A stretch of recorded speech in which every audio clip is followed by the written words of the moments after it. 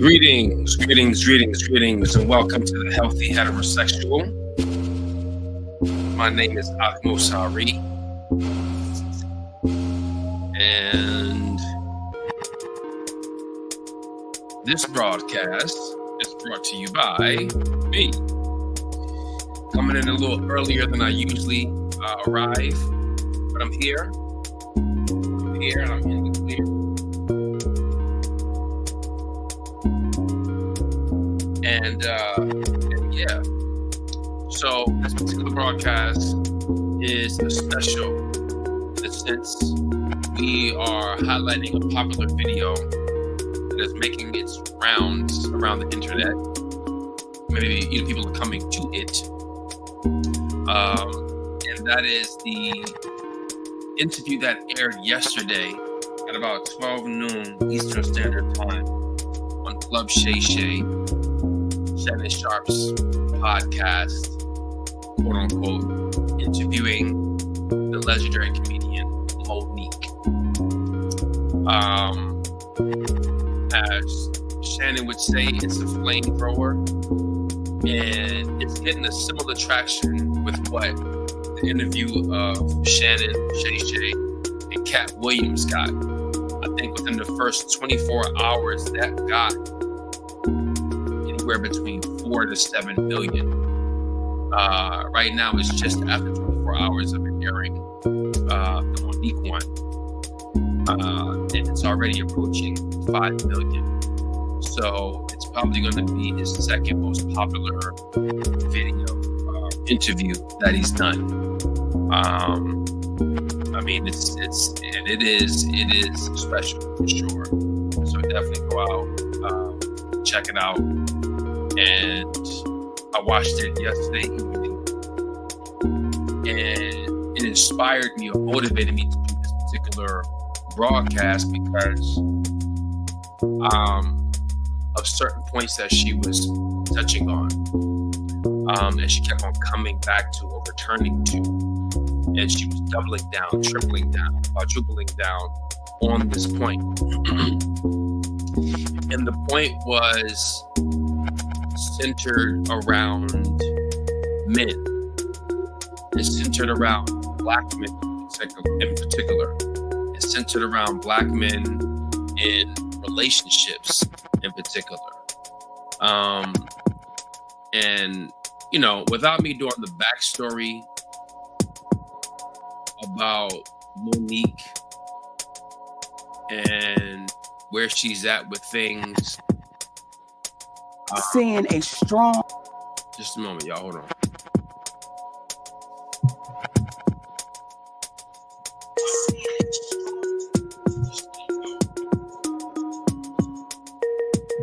About that. Gotta turn down the music. So, as I was saying, so without going into the heavy backstory of things, should have checked my sound.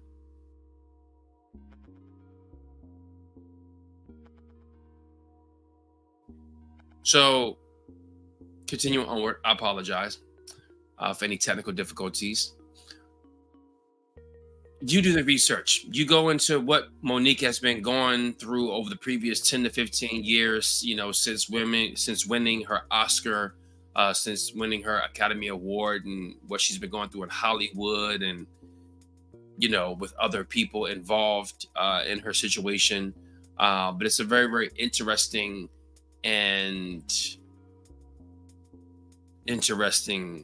story and experience that she's been experiencing. And although it's her experience, similar to what Cat Williams was touching on in this interview, she kind of culminates it and updates the world with where things are at. with her situation professionally. And although it's her situation and that was Kat's situation, we can still identify with them as humans because we know what's up. Our consciousness is awakening more and more. Our third eye is opening. We are becoming more and more aware of the actual inner workings of different systems and different infrastructures that hold our society together, or that are key components of our society in media, movies, TV, music, entertainment is a huge part of that. So her sharing what she shared, Kat sharing what he shared, it's like, aha, we kind of felt like that was going on, or we knew that was going on, but we hadn't really got solid confirmation from those who are on the inside to validate it and verify what we knew was going on. And if it's just one person, you're like, well, it could be true, could not be true. It could just be them. They could be a quack. They could be a little, went off the rails, or that's not how I feel and how I think. But in my observation, that's how most people observing these situations where a whistleblower comes out and wants to speak, quote unquote, their truth, and wants to tell or share with the larger society and the world what's actually going on internally with this infrastructure, be it a banking system, being, a sporting team or Hollywood, but for most people, they need to see a pattern. They need to see consistency. They need to see more than one person coming out saying something. So when you got two, then it's like, oh shit, it must be real now. You got 3, 4, 5. So it's like, this is the tipping point now, because Monique was saying similarly what Kat was saying 10 plus years ago. So when Kat came out and just said it, and Kat, he's been saying it for a while as well, but when he came on a major platform like Club Shay, and just in today's world, post-pandemic, that information, that perspective was like a bombshell. It was like, it verified and validated, what people have been thinking and feeling for years. And then for Monique to come back like a month later and then remind people that she was one of the first to take it there as well, and then double, triple, quadruple that, boom. Then it's like two of these things going off. I apologize for using the bomb reference, but it was two of these significant truth-telling, truth serum moments in media, one in January, one in February, by the two main components, two key entertainers in modern entertainment. And it was just like, okay, now Pandora's box is just fully open. A black man, a black woman, a black woman, a black man. Pandora's box is fully open. So we're here. This is where we're at with things, and the truth rising to the top and coming to light for the world to see, to observe, to learn from, to take heed with, and to be inspired by, to share your truth or be a whistleblower, or talk about the gatekeepers who might be holding people back unnecessarily to our liking. So that's that. I specifically want to focus in on what Monique was saying about men, what she was saying about black men, and what she was saying about her black man in particular, her black man being her husband, her present husband, not the previous two, her current present husband, who's also her manager. So he's somebody who's personally linked to her, and somebody who's professionally linked to her, and has been at the helm of it, lockstep with her over the previous 2 decades almost. And so it stood out to me when she was making certain comments about black men in general, about Shannon Sharp, and about her husband. And me being the black man, and for us who are heterosexual and or heterosexual presenting, for some of us, but let's focus in on those who are heterosexual. It struck a chord with me. And it was beautiful to hear a black woman be speaking that way about us today. And so I want to go through the video, and I want to highlight certain aspects of it. And wishfully the stream doesn't get cut, because I do want to show some of the video, and I might pull the video down and just have the audio. But I want to play for you all what it is she shared. We're not going to be here too long, about an hour max. So let's get to it. All right.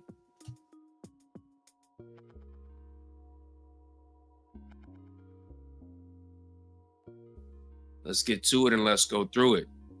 All right. So let me share my screen a little bit.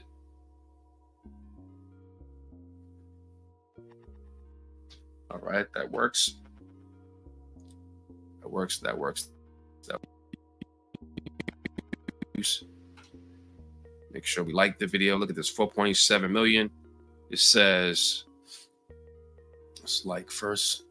It says, all right, that's too long to read. Damn. Yeah. 107 episodes. I'm not about to read all this, but just know Monique joined Shannon Sharp at Club Shay for a candid and uproarious conversation. I don't think I've heard that word before, but now I have. So, all right. Let's maximize the screen. And you know what? Let me do this so I can listen along with y'all, if you don't mind.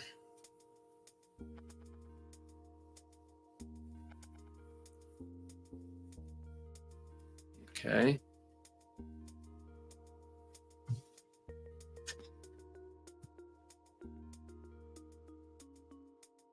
All right. So here we go. Fair use for educational purposes. I don't own the rights to this video. Black woman with a back straight and a chin up and a strong black man standing by her side. We have a hard time accepting that, but we can accept seeing a black woman broken. Now it's really serious because she's falling apart. Our community had a hard those two things. And when I would hear people say, why is her husband there? Why is he there? It's a sad day when we're questioning why a black man with women. So when you hear black women saying we're the most undervalued, disrespected, underserved, mistreated, violated, exploited, we get all of that. Then you see a black man standing with his black woman saying, not on my watch. And you hear some black men saying, why her husband gotta be there? We're in a sad state of affairs when we begin to question black love and black unity. So they didn't want to hear me, some of them, because of what I look like, because I spoke about the heroes, and because they saw that man standing right there strong. Did they question the validity? Because we had never seen this before. Not so public, not so present. Yes. Did they question you and his relationship?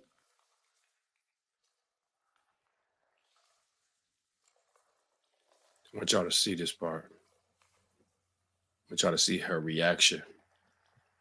Me and my husband. Yes. When you say question, What it's like. Now, the first thing that came to mind when she initially did, you say, question, what do you mean? I know it to be when all of that was, taking place some years ago, people were questioning her husband's sexuality. Less Monique's sexuality, more about her husband's sexuality and being like, oh, he's this, he's that. And they were questioning him being, quote unquote, a gold digger and being like, he's just with her because, as she would say, she's a fat Black woman and he's with her because of the money. And so he just wants to get it. And it's essentially a money grab marriage, or to save face a bit. Like, it was rumors like that I was hearing. And even, some of it came into my mind. And naturally, it was, to be 100, keep it a buck, some of those thoughts came to mind as well. Now, I wasn't spreading it like wildfire, like you would hear, a lot of other people doing online, but that's what was in the air because we didn't know him, didn't know where he came from, didn't know the backstory, and you know how it can go, and in some cases, that is the case. Some people are getting together, and one person may have the intention to have it be a money grab, or they might be hiding their sexuality. So that was then. So when she kind of like did that movement, like questioning what do you mean? She wanted some further clarity from Shannon. And I think Shannon kind of maybe even felt that and was like, all right, let me be very specific. So he was very much a pro in that. But right out the gate, she's touching on it's a sad day when a Black man is beside his Black wife who's going through something challenging in the public sphere and riding with her. And because he is one of her business partners, he's her manager, that people want to tear that apart. Now, oftentimes, Shannon touches on this, Monique touches on this in this broadcast and being like, it's us as a people, it's us as Black people. Wow, we got to do that. I think in my observation, other groups of people do it.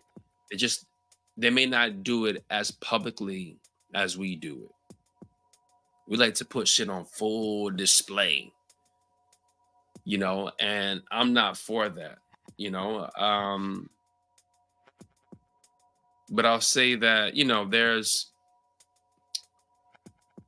things are different on this side of things, but she's raising a valid point, because we've become so unfamiliar to seeing a Black man and a Black woman lockstep, banging out against a system, banging out against an infrastructure, a way of being, naming names who are specific gatekeepers, and so it's not something that we're accustomed or a common, that is common for us to see.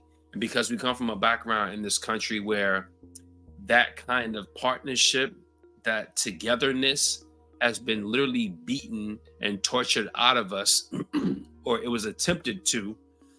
So when we see it, it still looks and feels foreign and or brings up a heightened sense of skepticism that like, what's really going on, So I think that's some of the science behind it. But let's continue onward. Fair use. Because they did, but I want to understand what because okay. Did they think that was your husband, or what? Was he your manager? Because he's been everything. Yes. He's your lover. He's your manager. He's your confidant. Name him. He's the father. Come on, name him. Whatever he's all encompassing. Yes. He's a toolbox with all the tools that Monique needs. All of them. And so when I heard people saying that, why is he there? Why does he have to be in every interview? Why does he have to be in the background? Why can't Monique do that? Why not? Why not? Why not?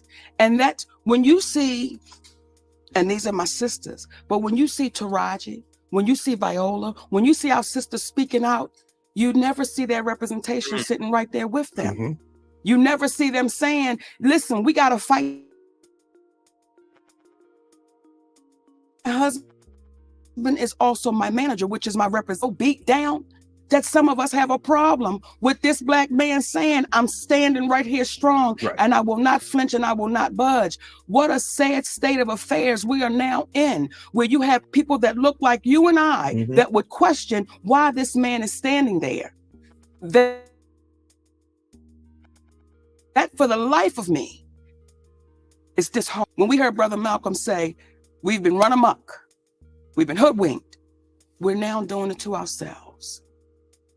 We're now doing it to ourselves. So when you said, Monique, it was different because we had never seen that before. You said their names. Mm-hmm. Let me say this. I'm not the first one. Right. I'm not. And then Monique goes on to name some names, you know, name a person's name from the civil rights movement.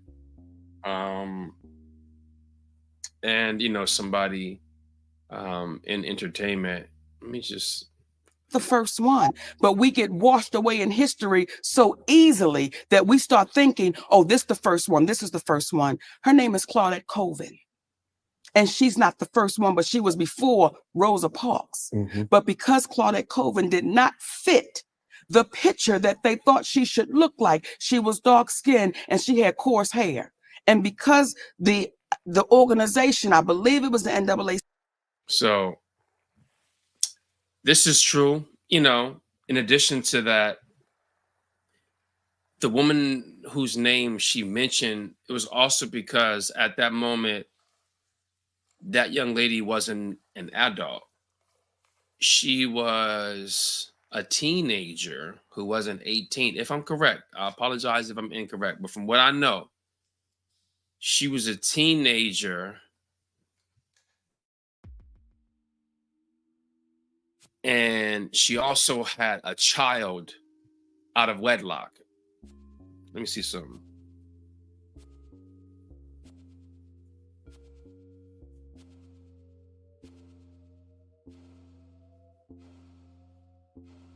Let me see. Yeah. She was 15. She was 15 years mature.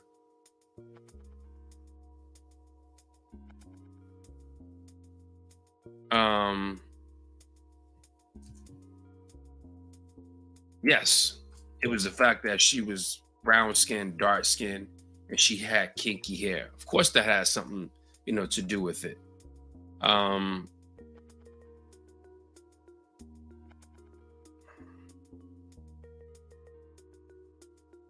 Yeah, she was also a teenage mother who wasn't an adult. Now, we don't know if she wasn't pregnant and if she wasn't a teenager, had she been rejected or not? And Rosa Parks would have taken her place, you know? But salute to Miss Colvin. You know, this is her on the screen right here. Salute to her. Pay homage. Thank you for your great work. You know, so we don't know if they would have accepted her had she not been a teenager who was pregnant at 15, 16. People are ashamed whether it's Caucasian, Asian, Black, Native, Hispanic. they don't put you in a position of power or allow you to be a representative for them when you're a teenage mother. You're not married. It's before, it's before you even being an adult. So it's like, we got to give another perspective of that is valid. And so I'm sharing that perspective. I can understand both sides. But I am fully aware that I'm sure skin color, complexion, and hair texture has something to do with it. That's a conversation for a different day. Let's stick to the topic matter as to why we're here and where we're at with things. So, because we're sticking with the manhood support.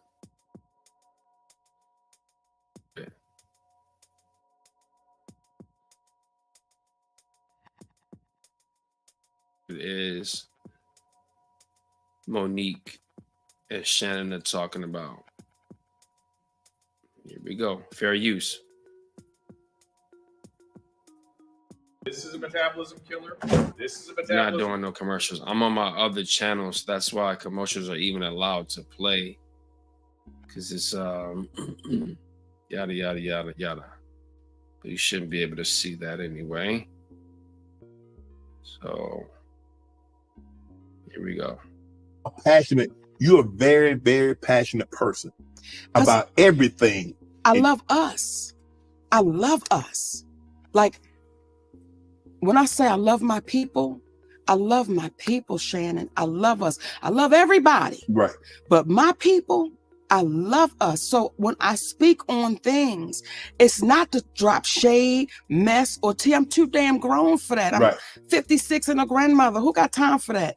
But I say it because will it make us better? Right. Will it make us come to the table and say, you know what do we really leave for the babies that's coming behind us? That means something to me. When I talked about them damn bonnets, let me tell you something. Yeah, you said, hey, come on, can we, like, when we come out the house, can we not have the bonnets on? Can we not have the pajamas on? Can we not have the house shoes going in the whole damn Halloween costume? That's a Halloween costume that you wear on Halloween. And I am passionate about that because what is the representation that we're giving to the little girls that's walking behind you? What is the representation that we're giving to our Black men that's walking beside us? What is the reputation that we're giving? And when they would say to me, oh, Monique, you don't know what they going through. We always been going through something. Yes. We was going through something when we got off the damn boat. We've been going through something. True. But once you lose the pride and the dignity of what you feel like you look like, then we've lost. Mm-hmm. So I wasn't backing down on that. It's like, no, y'all, we owe ourselves that. We owe ourselves that. How hard is it for you to love some in the community when you know they don't love you back? That's a good one, Shannon. Okay, that's a good one, because sometimes I'll be in the bathroom having conversations with the ones that don't love me back, but I still love them because I just know they're misinformed. We've been conditioned in such a way in our community to eat each other up and spit each other out. Mm-hmm. We've been conditioned. Well, I don't like her, and I love my people. But why? Why do I love my people? No, See, the thing is, I'm not disagreeing with Monique.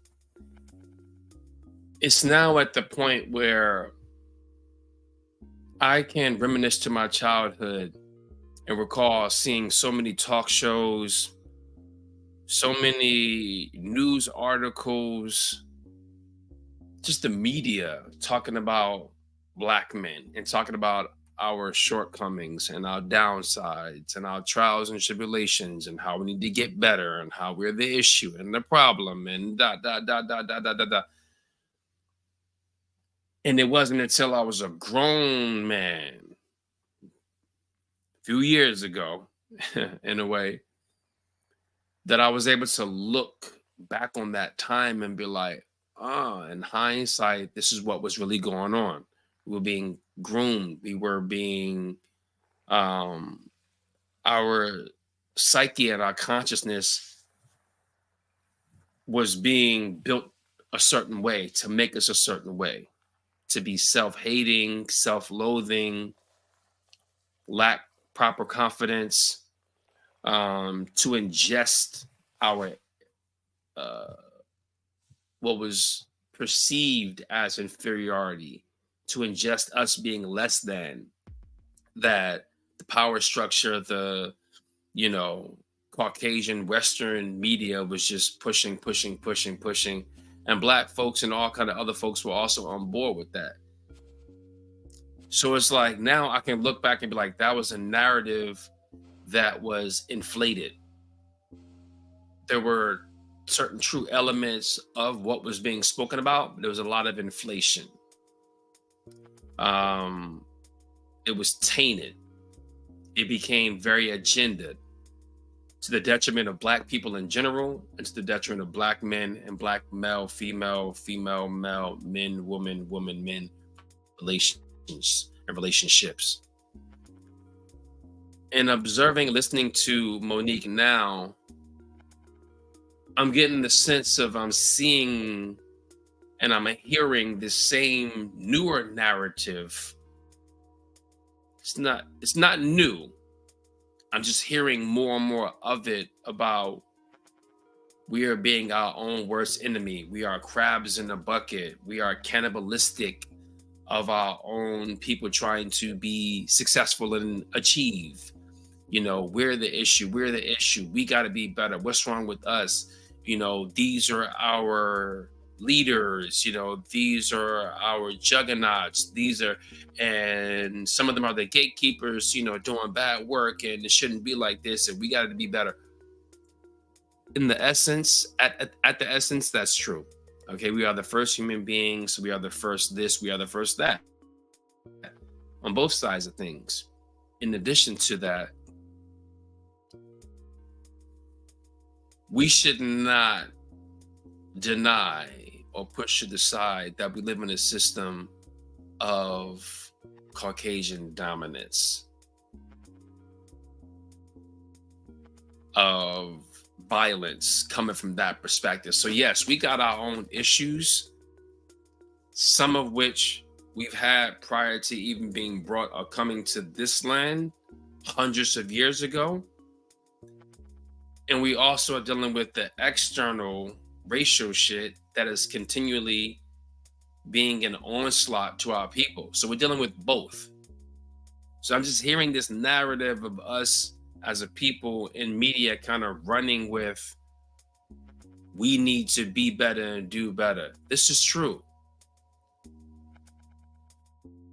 And it seems like it's easier, the Cat Williams interview and this Monique interview, it seems easier to name or call out people who look like us, who are the gatekeepers or the perceived gatekeepers.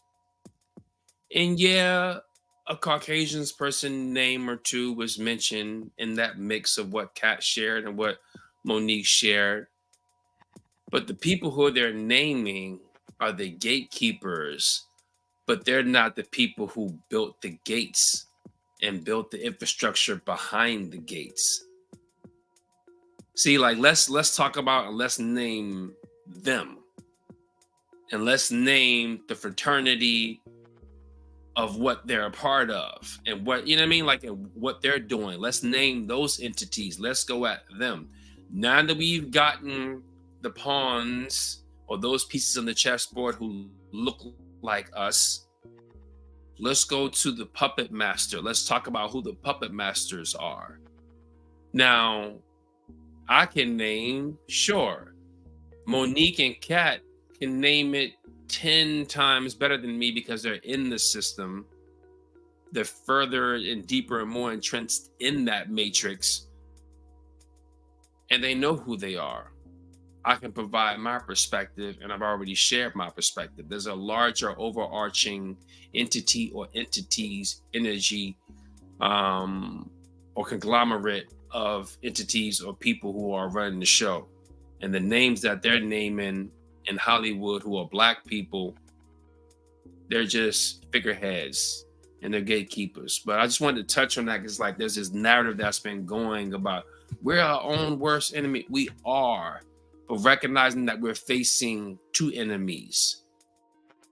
The one in the mirror and the one who's just moving around all over the place, continually throwing things at us and setting us up for failure. So it's up to us to overcome both, but let's not ignore both or just one over the other. All right, continuing onward, fair use. I'm saying a lot of times, for me, Mo, is that I don't take someone's word about because you can only judge a person through personal experience. Yes. You don't know our audio guy. But to say, oh, Mo, I don't like him. And then for you to say, well, I don't like him either because Shannon didn't like him. You have no personal experience with him. So why would you dislike him? People want us to dislike somebody because they've had a negative experience with that said person. And we buy into it. We buy into it because this one don't like her. And then you say, why don't you like him? This is one thing my husband said to me one time. He said, Mama, there's not a person on the face of this earth that I dislike. I may dislike what they do, but I don't dislike the person. And it took me a minute to understand it because I'm like, I don't like their ass. I don't like what they did. I don't like their ass. I don't like their mama. I don't like none of them. But he said, no, there are things you've done that I dislike, but I don't dislike you. Right. And once we can get past that, then we even grow to be better. Right. So what you're seeing right now, Shannon, is Mrs. Sidney Hicks, that my husband has set me down and had conversations with me. Here we go. And really taught me how to be a lady. Because people in this business know if you be sideways, baby, you beat that boy over the head with that tray in the cafeteria, right? I will cuss your ass out in ways that they wish I beat him with a tray. And he had to say, Mama, they won't hear you. Right. They don't hear you. Once you go there. So he's had to teach me how to really be a queen. Right. Really know my worth, really understand my value. And I'm grateful for that. And I used to say to my husband, I wish I could put you in a bottle and shake you up and let Black women take a sip to know what it's like to truly be loved by a Black man that is a king. When I tell you, Shannon, it's a love that is unexplainable and unimaginable. That's why I can't be broken. And I say that humbly. I can't be broken because I got a king at home. I got a king right there that when all this shit went crazy, that man took me by my hands and said, don't you know we good? Listen. Now, over the previous 5 to 6 years, it's been the red pill community, the manosphere, alpha males and Black men being able to finally share their perspective, their view on relationships, their experiences in life in general, but specifically in relationships and Black and male, Black female and Black male relationships and relations. And it's been this explosion of men talking about and talking to women about what we need as Black men, what we mean and what we give, and why we're here as men and as Black men. We've been trying to educate and kind of stomp on the yard, to women to be like, listen to us. This is what the issue is from our perspective. This is what we need. This is how we're observing you to be. This is how we're positioning and presenting how to make things better, how to heal things between us as Black men and Black women. There's been some pushback, obviously, from Black women primarily. And so what Monique just said and what she's saying is encapsulating all of those talking points and those experiences and validating it from the woman, from the Black woman's perspective, and saying, it's true.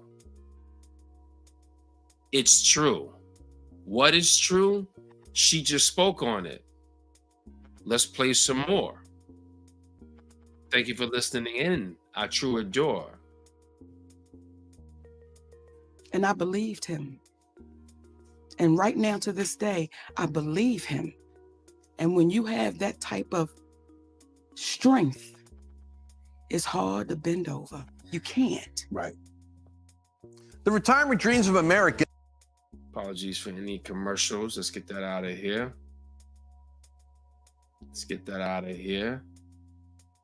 And thank you for tuning into the broadcast. Thank you for pressing that like button. I greatly appreciate it. And let's get back to it right about now.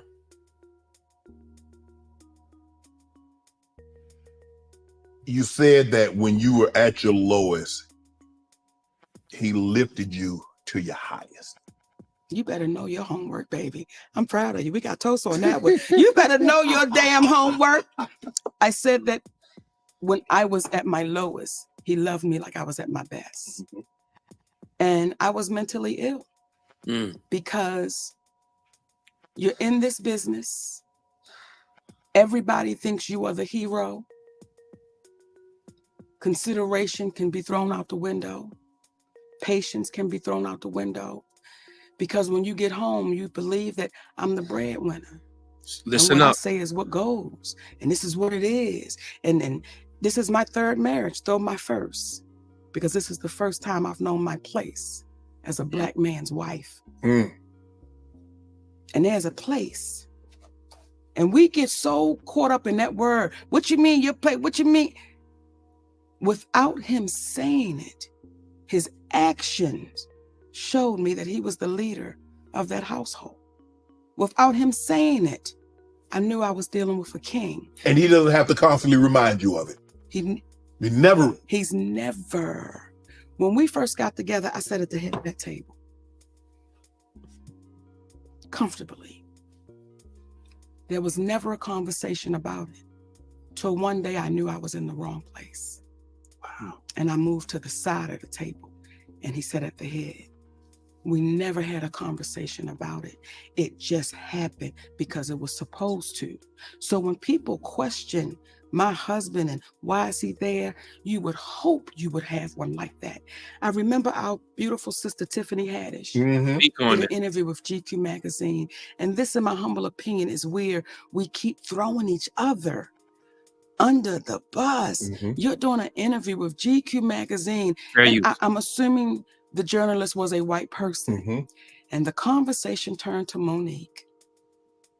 And she said, well, I don't do business like Monique do business. And I'm glad I don't have that husband of hers. But she don't know your husband.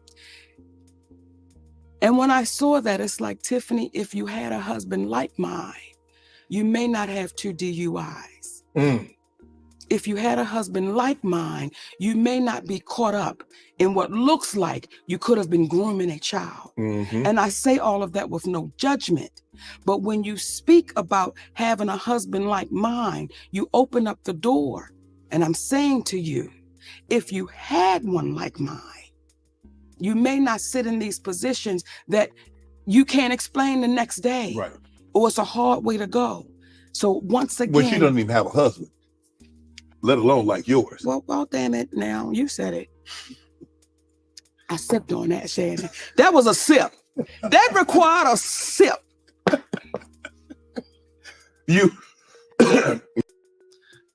Hey, like I said, that summed it all up. All of what Black men have been saying and proponents, supporters of Black men winning and allowing our side to be heard, she shared that from a Black woman's perspective and saying, this is what is going to be a healing force in our community, in our relationships between Black women and Black men. Black woman knowing her place, Black man knowing his place. And we step into that fully, and this is what can become of it. She gave you examples, name names. I don't need to say anything more. I think that was powerful. And that is the name of this broadcast, is Monique standing up for Black men and her speaking on relationships. Super pivotal, you know. Thank you for clicking that thumbs up button. Thank you for clicking that like button. I greatly appreciate it. If you haven't clicked the subscribe button, please do as well. Now we're going to fast forward a little bit and get into a little bit more of it and be on about our way. We're not going to be on here for too much longer. I appreciate y'all. All right, here we go. Okay. See it, sleep with it. You see it? Sleep with it. Say, It was right there. It was. This is her, like, you know, sharing how her and her current husband met, and she's going to touch on something very key. Right there, right now. I tried to turn the whole mouth, but it came right there, right? Because I felt something different. I felt it, and I was like, and then after it happened, we both almost had a feeling of like, we did something wrong. Like this, like that's my. So we didn't address it. Right. I came back from Essence Festival. What you want to talk about? I went to his place. Okay. He fixed dinner. Oh, okay. He fixed dinner and read this amazing poem that he wrote. That was almost 19 years ago. Uh-oh. We've never been apart since then. Wow. We've never been apart since then. And this is black girl magic or black woman magic. Getting that man, keeping them, and y'all got a powerful union together. That's what it's about. I am more in love with that man today than I was when we first got married, because I didn't really know what I was getting. I knew I was getting somebody I could trust, because I just needed somebody that I could just. Right. Relationships are a risk. Ideally, the benefit is that it's going to pay off or pay on, as I say. But I say it's better to get one, better to be in one than to not, for the long haul, for the long term. The 14th is coming, y'all. Let's get to it. Like my brother stole from him. I just needed somebody that I could just trust, and I didn't want to keep on having randoms. Right. Because that gets old after a while. Yes. You know what I'm saying? Yes, you're just trying to fill the void. Right. And men go through that as well as women. You just get tired of. So I knew I could trust him, but I didn't know he was the king that he was, Shannon. I didn't know that I would be raised. And there are women that have a problem with me saying that, and I will not back down from it. I did not know that that man would take me from a 15-year-old mentality. Even though I'm a star, I'm famous, I got a few dollars in my bank account, but still had that little girl mentality. You can't correct me. You can't say nothing to me. You can't check me. You can't do none of that. Still had that way. That man was able to shut all of that down and grow me up. So I got a great one. I won't even say a good one. I got a great one. You got a great one. Yeah. You got a lover, a best friend, yes, a manager, a husband, yes, a confidant. Yes. Yes. Yes. A protector. Yeah. You're saying it, and it seems like people have a hard time getting it, but that's exactly who Sidney Hicks is. He's all of those things. Give thanks. Give thanks. You know, I find joy in what it is she's sharing, and there's a sense of relief as a black man to be like, we're now at a point on a macro level where people are tuning in by the millions from all walks of life and watching a broadcast such as a Cat Williams, you know, on Club Shay Shay, and watching Monique on Club Shay Shay, because they want to know the actual truth of what's really going on with the inner workings of this world, of this matrix that we're in. And on a micro level, on a very specific level, the joy that it brings me as a black man to hear a black woman who's a foundation of Black American just like me, to be able to speak on our experience, provide the appropriate context, and also being like, I was here, now I'm here. And a great part of that is because of my connection, my trust, and my selection of the appropriate black man to be with. And that man is elevating me. He's elevating my consciousness. And I can give you example after example after example.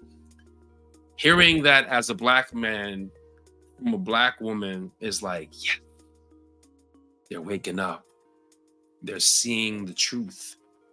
You know what I mean? They're experiencing the truth.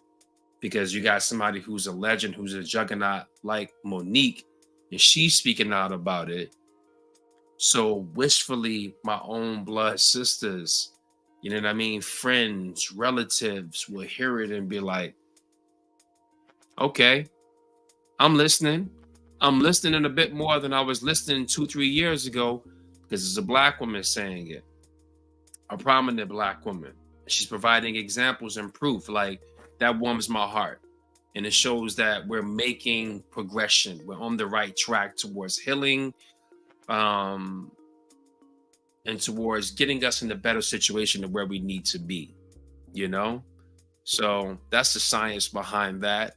Let's tap into a few more segments of the interview. Just a few more. Thank you all for your patience. Thank you for clicking that thumbs up button and that like button. Thank you for subscribing to the channel. I greatly appreciate that.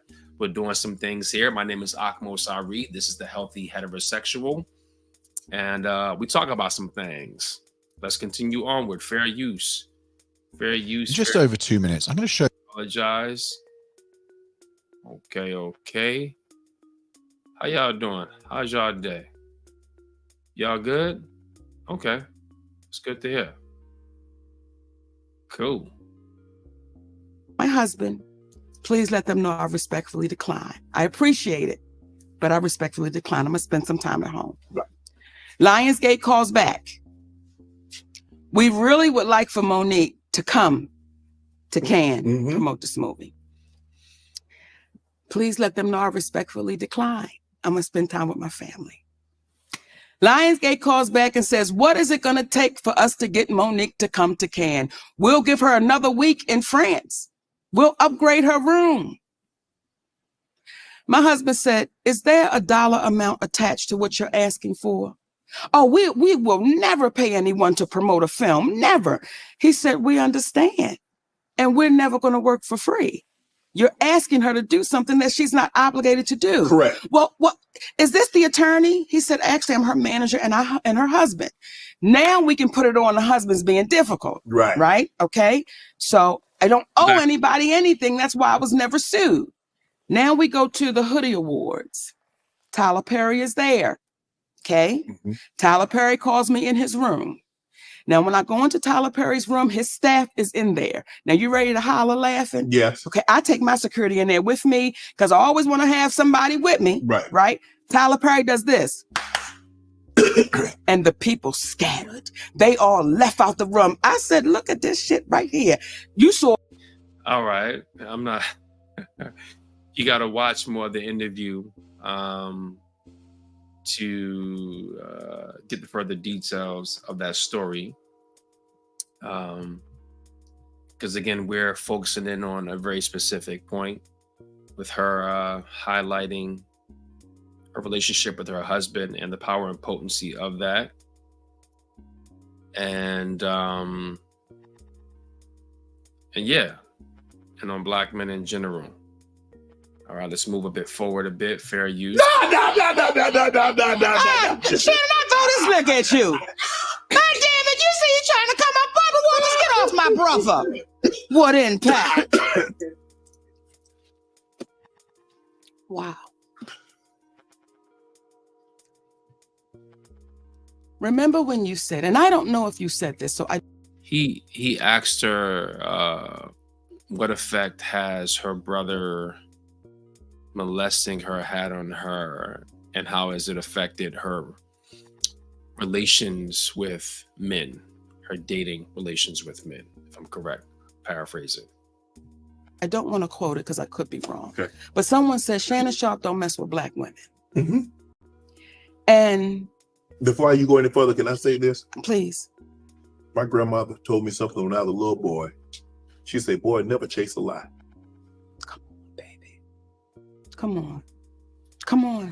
Why? And you never said that, right? I've never said. Okay, so that's why I said I got black kids. that's what I said. I said them babies black. Yes. They not confusing. Yes. We ain't trying to see if she Latin or Dominican. They black. They mama got black. Everybody that Shannon messed with was black. Yes. Right? Yes. Black. Okay? So there's this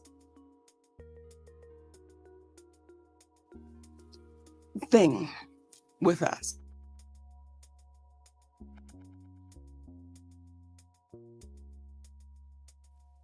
Real black men, if you can bake a pound cake naked, what y'all talking about? What you talking about? But what it did though was, and this is why I feel the way I feel about my husband. Okay.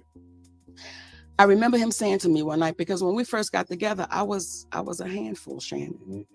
And that's when I was really sick in the way that I thought. Right. And he said, check this out. You've used your brother molesting you as a crutch for your bad behavior. Oh. He said, and I won't allow that.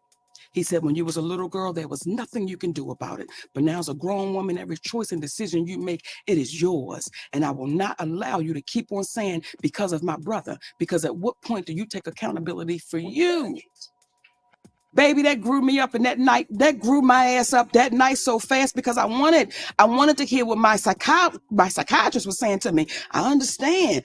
My husband was like, check this out. Check this out. You are in control of you. Every choice and decision you make, every one you lay down with, that was your choice. You've never come back to me and said you were raped as a grown woman. You've never said that. So stop holding on to that crutch. Stop holding on to that victim. Because this happened to me. I'm mad for days and I come up out of that. And when I went to the psychiatrist, right? Everything my husband said to me, the psychiatrist said to me. But he said, I needed you to go to somebody that had no dog in the fight. Now, this is a very, very key point, because this is why, I think it's critically important for us to get multiple perspectives with what it is we're going through in life. So if you feel like you are challenged and you're suffering a mental illness, a mental disease, or you're mentally not well, talk to family, talk to friends, sit with yourself, meditate, pray, like get your own perspective and views, but also get an outside perspective from a professional who's trained in that. And you'll start to see, it's best to identify what the patterns are in between what these different kinds of sources or different kinds of people are saying about your situation. You can compare and contrast and be like, this person said this, they said that. Okay, what's the through line? What are the things that each person touched on? And if each person brought up the same thing, that thing is the thing that you need to focus in on to improve your condition. So it's great that she was able to have that humility, have that mindset to be like, yeah, I can listen to my husband and he knows me and sees me a certain way, but I'm gonna also go to a trained therapist, to get their perspective and their view. And apparently for her, things lined up. So that's key, that's critical. And she also had the wherewithal and she has the fortitude to admit live on the air that she suffered from mental illness. And that was why she was making certain choices and certain, decisions. And what's interesting is that the picture that I have up for this broadcast, I got that picture. Now, the picture itself is from her Netflix special, but in terms of where I got it from online is from a website called Them, THEM. And it appears that this particular website is an LGBTQIA+ website. It may be more so trans. And so it's interesting that I use that perspective with my thoughts and my views. And this being the healthy heterosexual, like there's irony there. Also, in that article, in that piece, they spoke about Monique comes out at her Netflix special and talks about her sexuality and her being, you know, interested and sexually intimate with women, and her telling her husband that's what she wanted, and her husband being like, well, shit, I want that too. Well, let's be intimate with this other woman, you know, together. If that's what you want, I want it too. Let's do it. And that's how they was rolling. Now, I don't know the exact context and the situation of when she said, you know, she was mentally ill, if she's talking about that perspective or that time frame in her life. Because, you know, it's been said, it's a very controversial perspective that people who are a part of the LGBTQI plus community, they may be suffering from, you know, some form of mental illness, as we all are, you know, but that's a very specific one. I'm not going to get into that. I'm just sharing something that you all may have already heard. And so it's just two contrasting perspectives and views where they're saying on her Netflix special, she came out as being a part of that community indirectly, or maybe directly, I don't know. But she did, you know, give them props. So they quoted, you know, her as like giving that community props and being like, y'all should be proud of yourself. You should be free and express yourself. This interview and this version of Monique appears to be very different than what that article is presenting Monique as. Because in this interview, they're being very, very truthful. Monique is being forthcoming, and she makes no mention of her being interested in the opposite sex, or her and her husband having threesomes, or so it's when you read that article by them, where I got the picture or the photo for this broadcast and I gave them credit, it's kind of a very different side and perspective. Here, Monique is talking about the power and the potency of being with a man and being with the black man and being with the black man of a certain caliber of consciousness and awareness of his divinity as a man.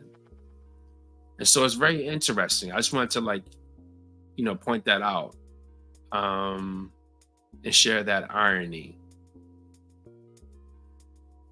Stay tuned for more on that. We'll see how this all unfolds. But for now, this is where we're at with things. Fair use. Let's finish up. We got a few more minutes. I didn't want you to think I was judging you. I didn't want you to think that because I know the history. Thank you for clicking that thumbs up button, that like button. I greatly appreciate that. And welcome to the channel. Thank you for subscribing. I greatly appreciate that as well. We're going to go some places, as you can see. Let's do it together, you and me. Yo. Pointing my finger. So when I would go to that psychiatrist, Dr. Cassandra Wanzo, she's incredible. Y'all want to know about red bottom shoes? Let me tell you somebody that's going to get your mind right. Dr. Cassandra Wanzo. This woman was incredible. But every time I would go to session, everything she said, my husband had already told me. So me and men, I had to come to grips with that. I had to come to grips with being an insecure fat girl. And I had to come to grips with my sister telling me, ain't no man gonna ever really want you because you're fat. I had to come to grips with my father was like, listen, I'm here, but I'm really not. I had to come to grips with those things. So my way of coming to grips with those things was, now I'm a boss. I'm independent and I'm empowered. Don't you know I run this? See, I too went to the Oprah Winfrey University of Empowerment. And you don't need a man to make it. Right. I signed up. Right. And I was at the top of the class till I realized I was going to bed empty. I was going to bed with nothing but stuff. I did not want to be the poor little rich girl who have everything but nothing at all. Don't that sound familiar? I did not want to be that, Shannon. So even for the men that I was with, right? You weren't with them. I wasn't? No. Okay, talk to me, Shannon. Let that liquor use you. That was I wasn't with them. That was just a body for the lonely. Liquor makes shit sound good, won't it? Liquor will make you not sound like a whore. It was just a body for the lonely. Let me tell you what my husband told me, right? Because I was in tears. I'm like, I was a whore. I was crying. I was, because when you come to grips with it, when you realize how many When you realize what you've done and you got to come to grips with it, and now I'm sitting in front of the greatest person I've ever met, and I gotta say, I have been with this many. And my husband looked at me and said, Mama, you ain't no whore, you just have friendly pussy. Didn't he make it right? That's all I had was friendly pussy. So for you whores out there, that ain't what it is. Friendly pussy. Right. That's what he told me. He made it right. The community called me Yeah. I don't know about that, but let's continue on with fair use. and they call you auntie. Yes. Very, very key point, y'all. Now she's about to go at Shannon in a little bit. Do you wear that with a badge of courage like I do? I wear it. That was such an honor for you babies to put auntie on my name. Do y'all know how that made me feel? And I'm not the auntie that's going to tell you the shit that you want to hear. I'm the auntie that's going to tell you what you need to hear. So for the things that I have said about our community and our babies and our sisters, I cannot back down because y'all gave me the title. I didn't ask for it. But when they gave it to me, Shannon, that was the universe saying, you now sit in that seat. Yep. You are now responsible. Yes. That's why I must speak out and I must speak loudly and I must say it to the top of my lungs because God damn if Fannie Lou Hamer didn't do it for me. Right. God damn if Eartha Kitt didn't do it for me. God damn if Moms Mabel didn't do it for me. The ones that came before us, and there's a woman still alive named Sylvia Tremore Morrison. That woman got paid in a Coca-Cola. That woman got paid in a Coca-Cola at her next gig and $5. She was the first Black woman to write for Saturday Night Live, but they have her listed as a production assistant. And she's still alive. That's why I speak the way I speak, because I will not let them wash her out of history as if she never existed. Wow. Fair use. Dating. What advice? If somebody, if a group of women were in here and it's like, come on. They talk to us. How this dating thing? Because it's Mo is different now than when you and I. It's different, baby. I'm grateful I'm not 56 and trying. Are you trying to say? What you trying to say? Mo? I'm looking right at you. I know you looking at me. I ain't backing down. You better take your old ass and get somebody to love you. Damn, Mo. Now I'm looking right at y'all. Let me tell y'all what Shannon needs. Let me tell you what my baby needs. He need him an old fat gal who can bake good cakes, make some smothered turkey wings, who gonna rub his feet at the nighttime, okay, and gonna have a sip of his cognac to make him feel better about himself when he come home at night. That's what Shannon needs. You don't need no 26-year-old girl. You don't need no 36-year-old girl. I know. This is your auntie talking to you. Take your old ass and get you an old bitch out there that can love you old. You're trying to hang out with these young bitches and you can't do it, Shannon. You just can't do it. Dang. When they want you to go for the 4th round, you looking at her like, bitch, listen, you want some money to go to Starbucks? Yeah. Because I can't go no further. But if you get your older girl, when you get to that 4th round, she's going to say, hold on. Let me go get you some eggs and cheese and some toast with apple butter, because that's going to get your energy back up. I'm talking right to you. Shit. So he thought I was going to be scared. Yes, I'm talking. And I know an old gal, she'd be good to you. Her name is Elladora. Now, when you know somebody named Elladora, she's old school. Mm-hmm. Now, Miss Elladora told me to tell you. She said, I think he like red velvet. Oh, I do. I say, Miss Elladora, if he do like that, she said, you let him know I got something for him. Yeah, I and like she red don't velvet. have no teeth. Come on, pick your glass up and clank for me. Come on now. These young gals will bite you. Okay? Yeah. She ain't got Okay, I guess I gotta come on home. Come on home, Shannon. And y'all stop putting lies out about my brother, because I was in my feelings when y'all said he didn't date Black women. Y'all stop that shit. You stop it. Now he might throw a white one in there every now and again. And it's okay. It's okay. Because sometimes we ain't into everything. Yeah. We don't do everything. So sometimes Uncle Shay need a spice of life. Yeah, see? There you go. He need to go across the street, but he always gonna come back. That's all we said to you, open Tyler. Come on home. Come on home. Come on home. Come on home. Sierra says a lot of women talk about, did you know after your first 2 marriages, you're going to get married again? Yes. Because my first 2 marriages were just marriages of, my first marriage was you just couldn't have the milk without buying the cow. Right. That was the first marriage. Right. And we were boxers. Okay. And we were Friday night fights. Okay. Okay. We were it wasn't domestic violence. We was Friday night fights. Right. Okay. I took an L sometime, but sometime I didn't. Right. Okay. Okay. The second one was I couldn't afford to pay my rent. Right. And I didn't want to have a boyfriend. Right. So that's why I said this is the first time I've really been married. Right. Tell me the story that you wanted to share that nobody else knows that you was going to share with us. Y'all ready for this? I'm ready for that. I want you to move in. That man that was sitting right here on this couch, his name is Cat Williams. Yes. Cat Williams and I have a relationship. We're fraternal twins.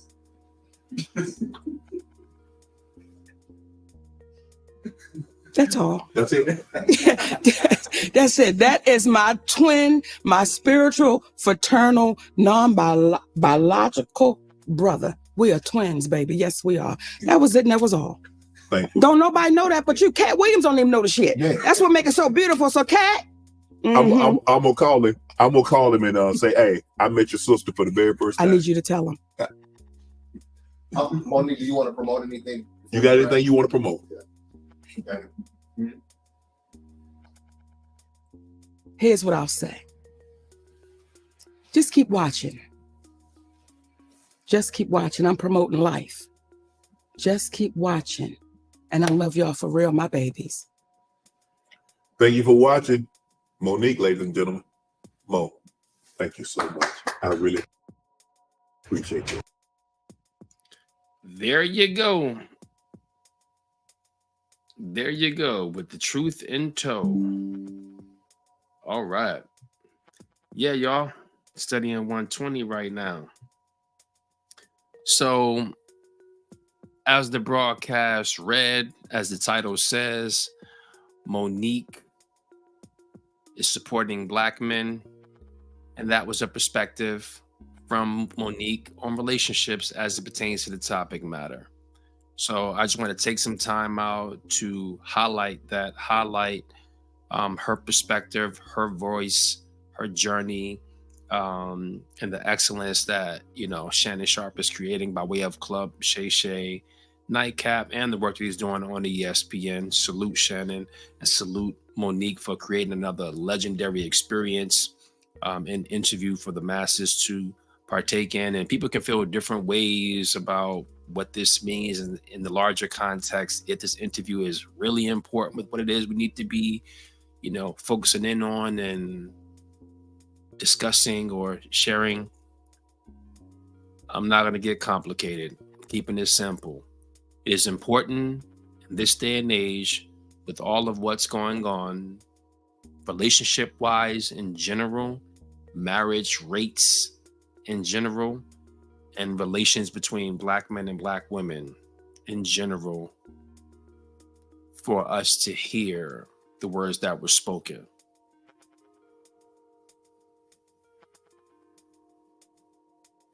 That's it. So I appreciate you all for joining the broadcast, and thank you for making it long last. And if you haven't already, please click that like button, that thumbs up button on the way out. Subscribe to the channel. Check out some videos previously that I've made entitled Under the Healthy Heterosexual. And we got some good momentum. We got some great things going, and we'll see where we'll go with it. So, as we say, this is Akmo Sari. I'll be the healthy heterosexual. Until next time, make sure you stay tuned. Make sure you stay in tuned. Peace.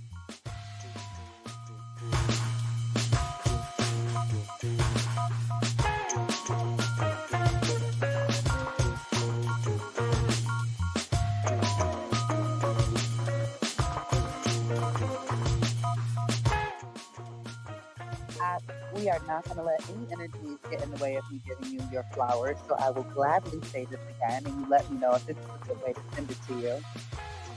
I cannot just accept flowers from you without giving you some back. From the moment I met you, I knew that you stood powerfully in your masculine energy while still accepting, understanding, and embracing the feminine energy. And a lot of men, and especially Black men, have a hard time doing that. I admire the way you dance between the polarities of who you are, and that you don't allow yourself to be this or that, but you allow yourself to be this and that. It's inspiring in the way that you're in touch with your heart energy and not just coming from your mind, and the way that you just show up in a room is radiant. And I think that you're a phenomenal, powerful human being. And I'm just so glad that we crossed paths in Australia. And although we don't keep in touch as much as I would like, we're back in touch. So I'm grateful that you pulled up on me and brought me into this segment. And I want to stay connected with you forever, because I know that you're doing purpose-driven work in this world. And I don't know what we're going to do together at some point, but I'm not going anywhere. I'll be here. The only way is up, and we can do that together. So it's so great to talk to you, to connect with you. Thank you. And yeah, let's keep in touch.